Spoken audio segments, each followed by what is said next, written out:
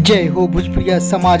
जी हाँ, तो आज आप लोग के बीच भोजपुरी के पावर स्टार पवन सिंह के नया सबसे सुपरहिट ब्लॉकबस्टर गाना के सॉन्ग रिव्यू से जुड़ल बड़ी रिपोर्ट लेके मिली।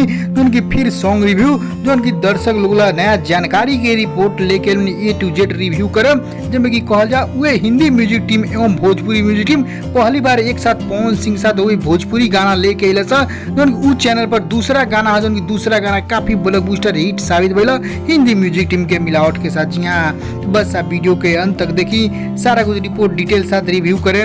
उससे पहले एक और रिक्वेस्ट करें आपसे के यदि आप भोजपुरिया आर्यन चैनल पर नया बनी तो जुड़ जाए, सब्सक्राइब कर ली और एक घंटी के आप जरूर दबा दी।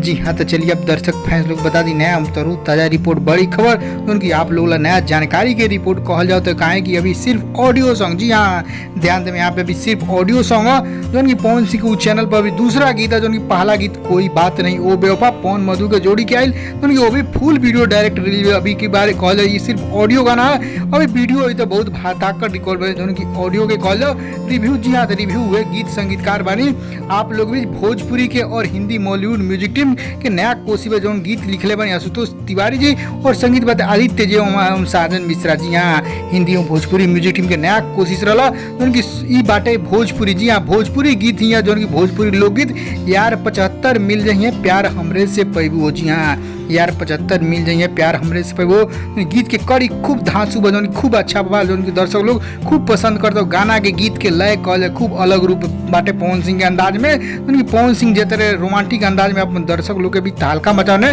वो तरह नया धांसू रिकॉर्ड बने रहे अभी सिर्फ ऑडियो। जी हाँ, अभी एक वीडियो देखल दो बार और फाड़ू रिकॉर्ड बन जाए गाना के बोल सही अंदाज बा और फैंस लोग उम्मीद भी बा कि यार 75 मिल जाइए प्यार हमरे से पैबू हो। जी हाँ, चढ़ीली जवानी में फुटानी ना करा एहो बबी मनमानी ना कर। जी हाँ, गाना के बोल काफी अलग अंदाज में बन उनकी आशुतोष तिवारी जी लय रहा।